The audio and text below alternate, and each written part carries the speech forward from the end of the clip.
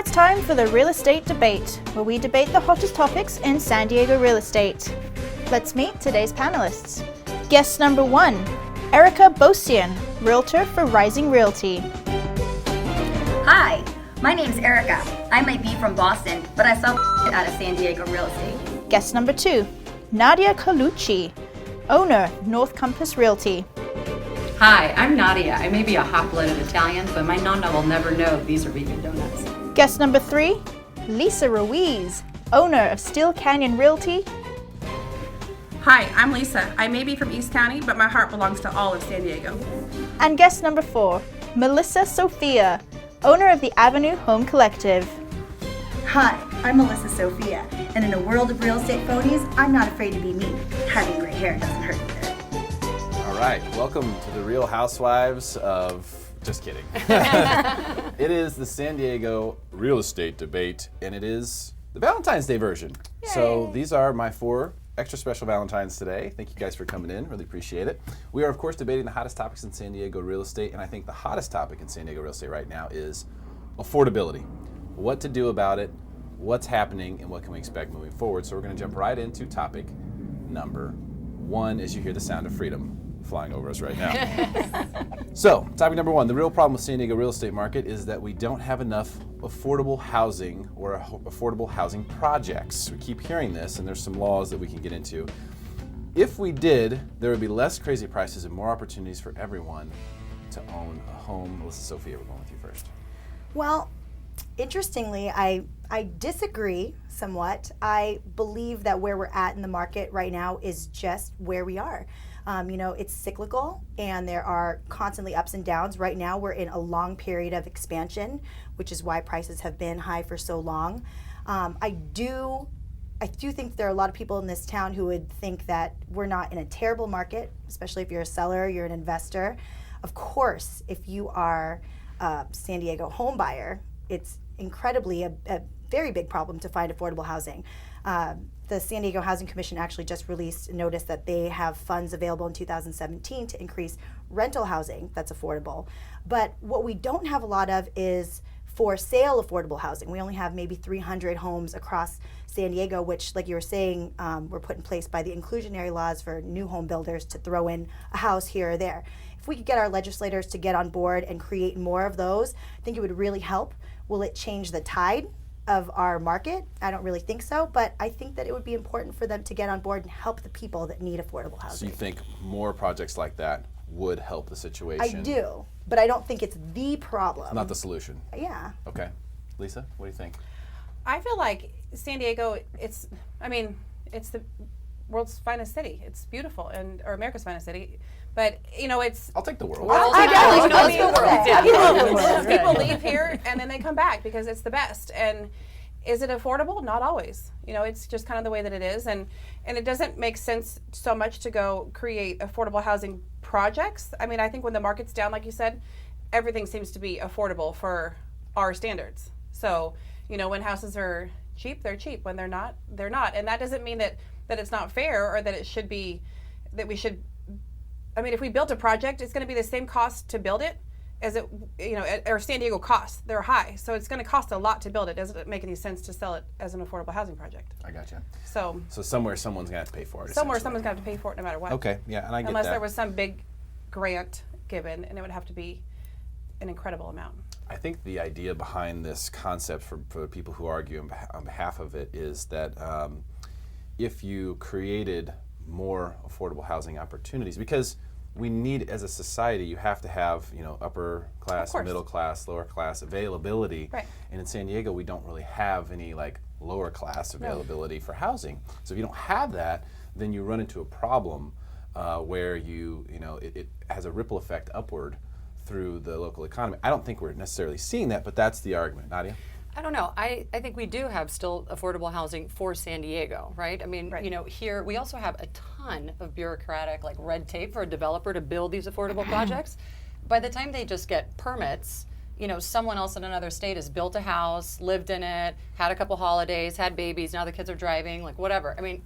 Maybe in Texas, that takes X amount of time. Here we're still waiting for permits to break ground. So if we could maybe, look at that and say maybe there's some room there for improvement on making it, streamlining that process a little bit more to encourage developers to do that. Because you're right, it's going to cost the same amount to build this one as it does the affordable one right next door. It doesn't really make much sense for developers to get excited about that when they can't sell it or rent it at fair market value. But different, like municipalities are doing different bonus densities, right? Well, they'll allow, if you give me 2 affordable housing units, I'll allow you 2 more fair market value builds. So a developer So that throw one in there every entices, now and again. well, yeah. So then a developer sense. wants to spend, and then it takes forever. I mean, it's a lot of time and money, and 4 to 5 months just to wait. That's overhead, and again, in another state, a house is up and someone's living in it. So maybe not loosening, but mainstreaming and making it a little more efficient would create maybe quicker turnaround for these affordable projects to come up. I just worry if that were the solution. My concern would be that you're going to make an affordable housing project, then the fair market project is now going to become a lot pricier, you know what I mean, to make up, because the builder's going to look at it like, well, now I have to make 4 units to make the profit for 2, you know what I mean? Well, type Right, thing. and you have to push the price of the other ones up. Right. So no matter what. Either way, but you were Someone's saying gotta there's pay. no affordability in San Diego, and I think there still is. It's Okay. maybe not coastline, and we're in a city where the demand to be here is higher than the demand to exit. Right. So it's a niche market for that reason, and where I think it's like a privilege to have a mortgage and own a home. It's not, society thinks it's like an automatic right. Well, it's really not. You have to kind of earn it, prove it, and get there, and not everyone gets there right off the bat. I want to make it clear that I don't think that there's no affordable housing. Right. There is, But, and there's and loans. not just to own too, but I mean also, and from to a rent. rental Yeah. side, and that's Yeah. a big concern. A lot of people that we're talking about here are not going to be buying a home anytime soon, and so where does that fit into the whole scope of the local economy? But there are programs out there for down payment assistance. I just worked with a buyer. We closed on a townhome for him a couple months ago, and he got 20% down payment from the city of San Diego, the San Diego Housing Commission. So I love that. I just wish they would do more. Yeah, the money Yes, goes away too yes. fast. It does. Well, They that only give a certain amount. That it was unfortunate because I had a great experience working with the San Diego Housing Commission in October, and I received an offer just within the last 60 days on another property that I was selling, and they were using the same lender, same down payment assistance program. We were told that the funds were going to be there in January. The property was tied up for 60 days. And we just had to cancel on the buyer because I was in touch with the city and the San Diego Housing Commission. No one could tell me when the funds were going to get there. Is it 2 weeks? Is it 30 days? Is it 60 days? No one can give me an answer. And that's the unfortunate red tape and blockage that we're seeing. I totally agree. I think a lot of the problem is with, our San Diego Housing Commission, but they're, if you go on the website, they have information from like 2002, 2005. There are funds set aside federally and through the state for allocating towards affordable housing, but it is not being properly distributed. It's not being properly addressed.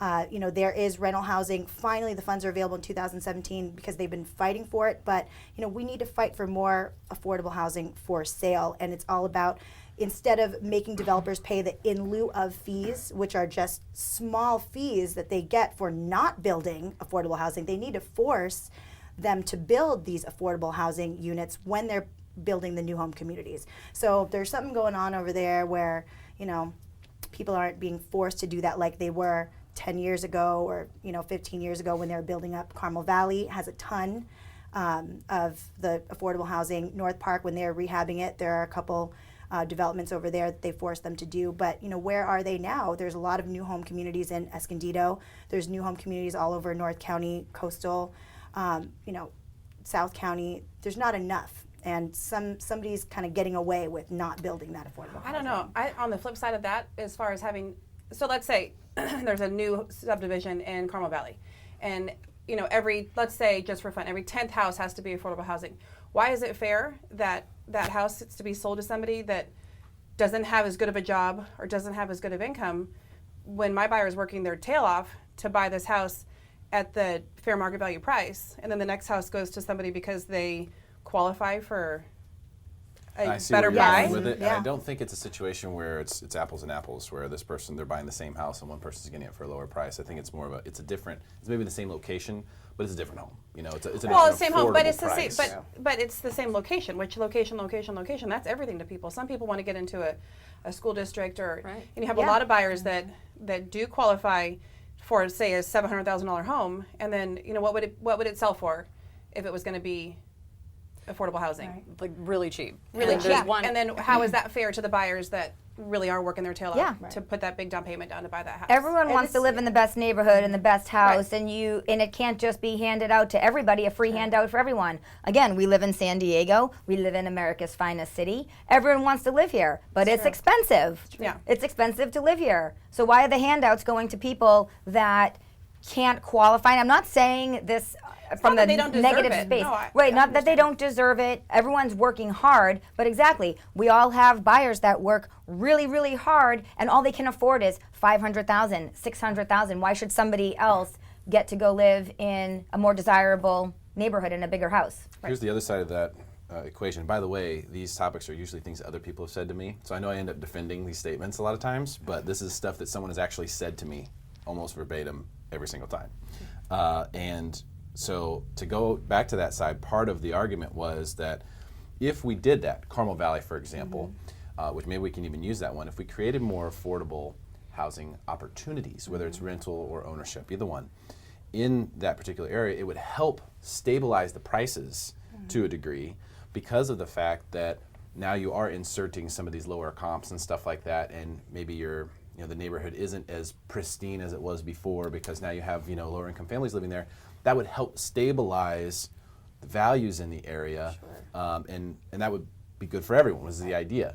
But what about all the people that live there? They're going to be mad that their house what just, the- their value just went More down. importantly, an appraiser will not use I was an just gonna affordable say, I would- housing it's more comp complicated than for that. a regular fair market value sale comp. They won't use it. They shouldn't use it. No, and they're going to say, well, why is this house selling for $350 when those houses But they'll sold know. They'll for-" look No, I at the know. tax record. They They'll would see the know. deed, and then once that's appointed affordable housing, it is for like in perpetuity. It's always that.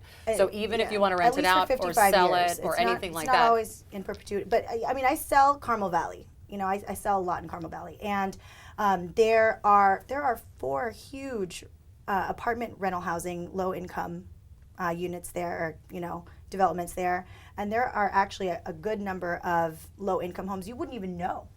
And the comps aren't used, and obviously, as we know, it's But not they're rentals, affecting. they're not purchases? No, there are purchases and there are rentals. I mean, I would say there's way more there than there are in other home communities, just because of the number of homes that they were required to develop when they were building that new.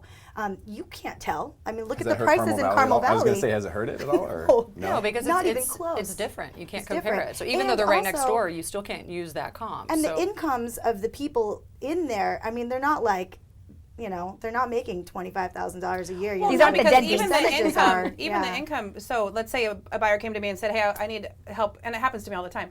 I need help with my down payment. I want to buy a house. I can afford the monthly payment. I just don't have the money to put down. And unless they're a VA, then they can't get 100% financing unless you find a good affordable housing down payment assistance program that can help. And they are there. I just talked to a buyer last week about, rather than putting 3.5% down FHA, that this program covers that 3.5% down for them. But they have to make under $75,000 a year. Well, that sounds like a lot of money, but in San Diego, it's not. To make $75,000 a year, it's not that hard to do around here, and most people that make that much money still can't afford to buy a house. Yeah. So that's the crazy part. That's the rub. In the end, you'd have to build, thousands of Right. affordable homes to even out our San Diego market. We're so through the roof at this current time. Certain communities are way behind on their required allotments. Encinitas is one of them. They're like 1,300 units behind what they're supposed to have. But then again, there's no enforcement agency on these rules. Is that and because that's of the trouble. time period as far as like permitting issues, or is that because they just haven't How many they're started? supposed to have built, based on There's no more room. population. Yeah, where's the land? Where are they gonna? That's Where are they my putting point. them? out in the ocean. Yeah, an island, for all the island in affordability housing. Right. East County. Come my way. There's affordable housing. Yeah, lots of land. Well, I think that there's no question there's an affordability issue because, like you said, Lisa, that we do have a lot of people who work really hard and they do make what would consider to be a good wage in most places. Right. But when you start looking at saving for down payment, making a mortgage payment, paying for mortgage insurance, taxes, your escrow, all that stuff, it starts to add up pretty quickly, and you almost need a 2-income household to be able to afford something. Almost always. Almost, if you want a house, especially, there's a lot of opportunities with condos, studios, things like that. And I think what the idea behind this topic was more based around, can we create like almost a dorm room type setup, that type of housing for people who are at the poverty line, who are at that $20,000 to $25,000 I would say, a year. I wish there was. I wish we could.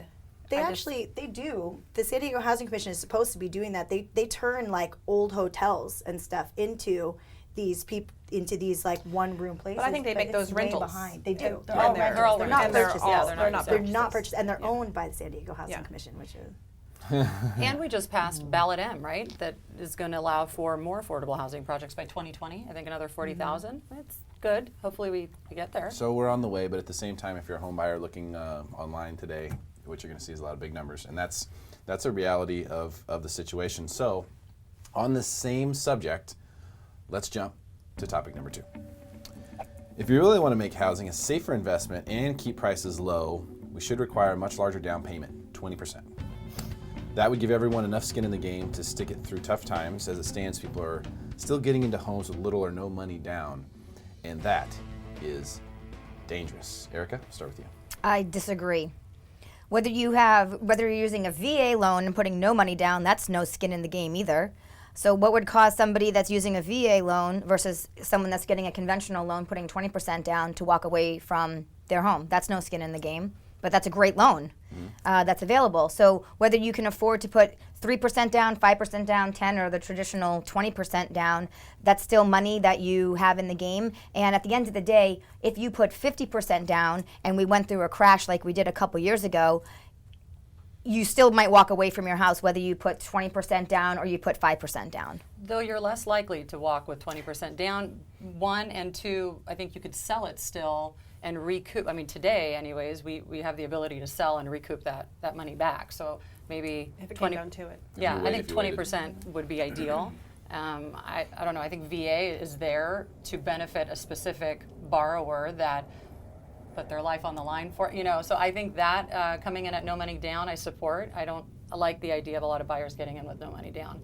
If there's a government-assisted program, the buyer should be able to match what the government offers. Yes. It is a privilege to have a mortgage. You have to earn it. You have to show that you can pay your bills. You have to have good credit. FHA doesn't have the highest guidelines on credit. That scares me. I don't like that. So, even every lender, they pretty much try to sell that loan within 24 hours of it closing, right? They sell it as quickly as they can. It's interesting to me that the lenders don't want to retain the loan. Why is that? Because they can turn around and sell it quickly. They do have an overlay process where lenders will, take Fannie Mae guidelines, and then maybe they have their own, debt to income or FICO score minimum that is required. But if you've proven that you can't really manage it and do it, I think a government assisted program would be great with some counseling. If someone can't manage or figure it out, how about a weekend course, and this is what we're helping you do. When you go to sell it, we take X% of your equity back, and you take the other one, and you go on and buy something else. We'll help you get in because we understand that affordability here in San Diego is pretty high. We'll help you get into it, but then you have to manage it, or you lose it. So I don't know. I think they have to have more skin in the game than. Escondido has something unique. They do. Maybe you know about this. Escondido has a down payment assistance program, which is essentially lean. And they keep filling it up, like they aren't running out of money because they're essentially going in beside you and saying, okay, when you sell, then we're partaking as well in some of the profits of that. Yeah. So I think that's great. It's filling the coffers back up, and they always have money there in Escondido for this down payment assistance program. So Why can't the rest of us figure that there's out? ways. There's ways. I mean that one should just be mirrored. Guild Mortgage has that program where you 20% down, they'll give you 10%, and they take part of your equity if over a certain amount of time, but they'll help you get in. Right. And then eventually, then you get your equity back. But there is a program for that now. I think that's great. That's where I think, then they do have some skin in the game. There's shared responsibility. They can help get in there. But 0% down, no. I don't think that you should do that unless you're VA. Yeah, I totally agree. In the crash of 2008, we definitely saw that there's not enough skin in the game for people to walk. But I think that to move and shift it to require 20% down or more, I mean, I don't think that the powers that be, like the elite financial class or the mortgage industry, they don't care about making the housing industry safe. I think that, the industry thrives off of people financing to the maximum of their ability. And like you said, they're selling loans. There's a secondary market. There's a primary market. So as far as that goes, that would require a huge shift in government, in the finance industry. And, although I think that most people would agree that would create a safer economy for us, a safer housing environment, I think a lot of people would say, if it were up to them, that they want the option to keep being able to put down less than 20% down. And it's kind of like their own dagger to fall on. I agree that I'm 100% jaded. Keep in mind, I'm the guy who was on the radio fielding all of the horror stories, during the crash and all that stuff, and I've seen people get hurt, and it sucks. And so that's kind of where I'm coming from with this particular circumstance. And the statement is that if you make a higher down payment, because here's what happens. So here's the problem. The problem is that all of these institutions, these banks, Wall Street, they always want growth.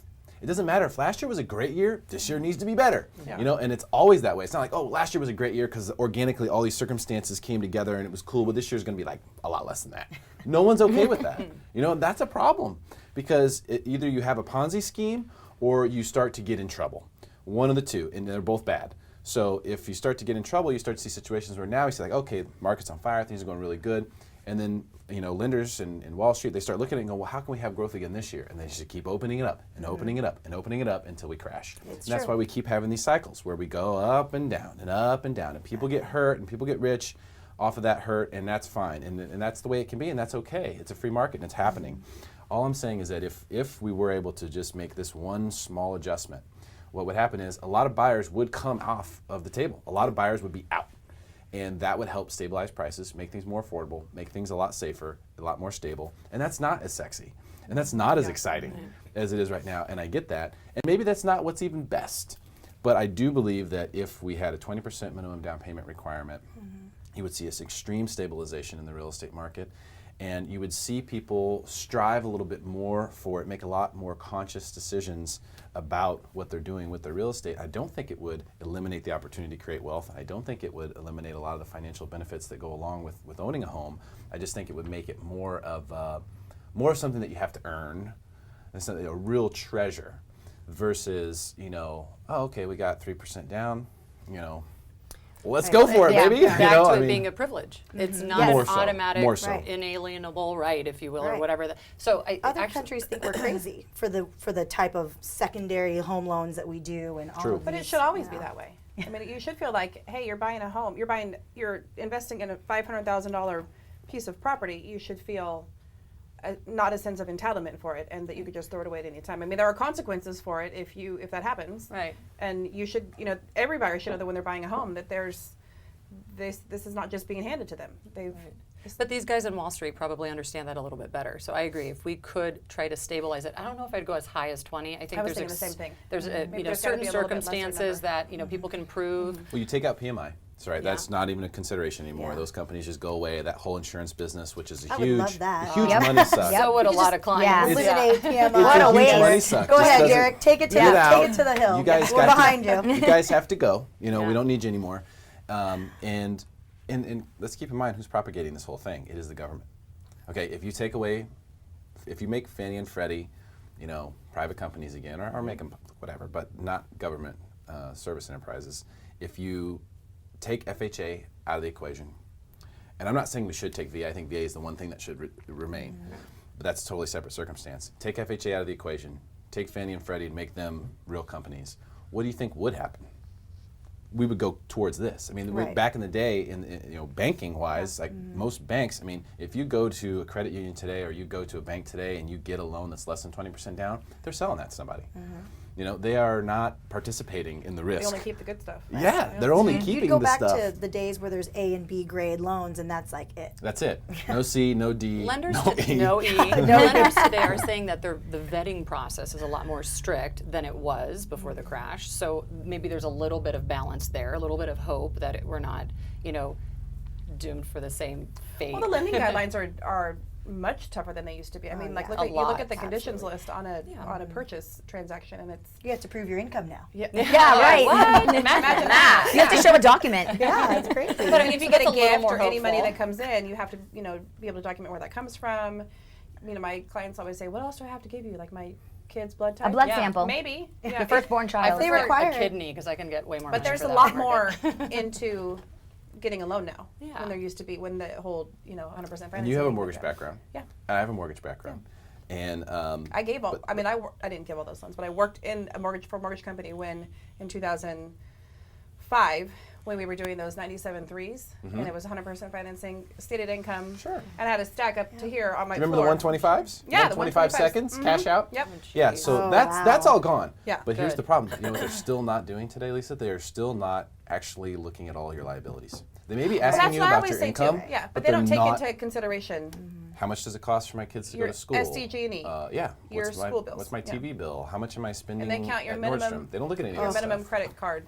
Those Nordstrom accounts Payment. too. Yeah, they look at the minimum credit card payments. Yeah. They're not looking at actual liabilities. Do my kids go to private school? Agree. Do I have other obligations that maybe aren't on my credit report? Not even a question asked about it. Right. Not a declaration on the 1003, nothing. I know. So until that really gets vetted out and we go back to old school underwriting instead of this automated stuff, we really aren't ever going to be in what I would consider to be a safe position. Now, that said, San Diego real estate market's on fire.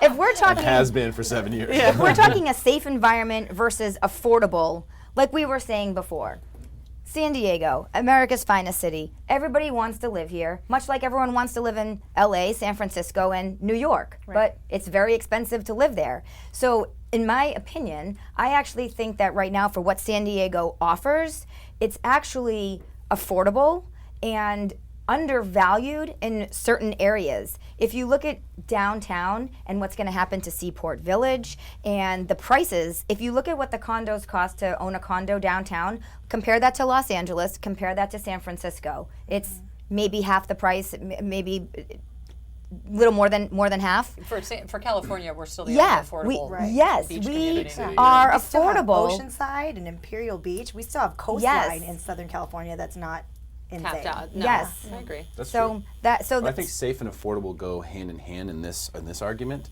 That if you create a safer environment, prices will have to come down. Because part of what makes it not safe is that you have people. Gosh, who did I talk to today? They bought their house a few years ago for $360, might be worth $600 now. That's not safe, right? For the person that they sell it to today, who buys it for $600, that's Yeah, but not the funny safe. thing is that the person that's buying it for $600 is thinking, "Gosh, this is a great deal." Great deal. It just goes with the times that you're in. Oh yeah. But Well, if things stay the yeah. same, right, and the demand is still here, and our biochem Yep. is still booming, and things and we still have that unemployment's going down slow, then it is still a good deal, right? No, It's all no question. We're in a situation right now where 5 years from now, the market could be double, and we'd be like, "Oh, we should have known. We should have bought everything. What were we thinking?" Or it could be half, and we'd be like, "We should have known. Yeah, What were we it's thinking?" But I think absolutely it's true. it's like, how do you Absolutely. know? the hindsight. But it's a little bit of that greedy mentality of maybe a buyer saying, "Well, I'm going to buy this, and in 3 years I want to sell it for a $300,000 profit." That's unrealistic, scary. and that's not. If it happens, great. You timed it right. That's awesome. But what the home should provide is a roof over your head, write-off, your ability to build credit, and some equity. Not a ton to go retire. I mean, that's not realistic. So that is a little concerning, I think, when you see that and huge jump. Don't buyers have that opinion sometimes? They think like, "Oh, I'm going to buy this house and I'm just going to kill it and sell it in a couple of years." And I tell my buyers 7 to 10 years. Plan on being there that long. If you can time it and get out sooner, things change. But be conservative in your approach. Don't max yourself out. Right. Sorry if you don't get to live on the coastline. I mean, when did it become more important about how many Instagram followers we have versus like creating, that pursuit of happiness that was meant How for many property? followers do you have now? I don't know. Kind of. So we are out of time. more? I have to wrap things up, Oh, but I do so want sad. to give you Ready? all an opportunity to give a little Valentine's Day shout out if you want, live, right to the camera right there, the live camera. So Erica, we'll start with you. Rebecca, if you want to get tight on Erica, we're going to go around the table here. Little Valentine's Day shout out opportunity. Happy Valentine's Day to my family, my friends, my clients, and my man. All right. Cute. Nadia? Happy Valentine's Day to family, friends, dad. You're always my one true Valentine. And a tutti quegli italiani, San Valentino. Very, very cool. Melissa? Happy Valentine's Day to my best friend Vincenzo, my husband. Don't tell your hubby. Are we all speaking Italian now? Yes, What's going on? we are. My 3 babies, Malu, Emmeline, and Enzo. I love you guys. Happy Valentine's Day to my family as well. Olivia, Paige, and Garrett. I love you guys to pieces. And happy Valentine's Day to my husband. Thank you for taking such good care of me. Very, very sweet. And, of course, you guys are not walking away empty-handed today. Thank you so much Thank for being you. here on Valentine's Day. Thank you. Thanks for That having is us. it. Thank you for Yes, having thank you. us. That was a fantastic debate of real estate. That's what we do here in the Real Estate Debate. You will catch us again next month right here on Facebook Live. We'll see you then.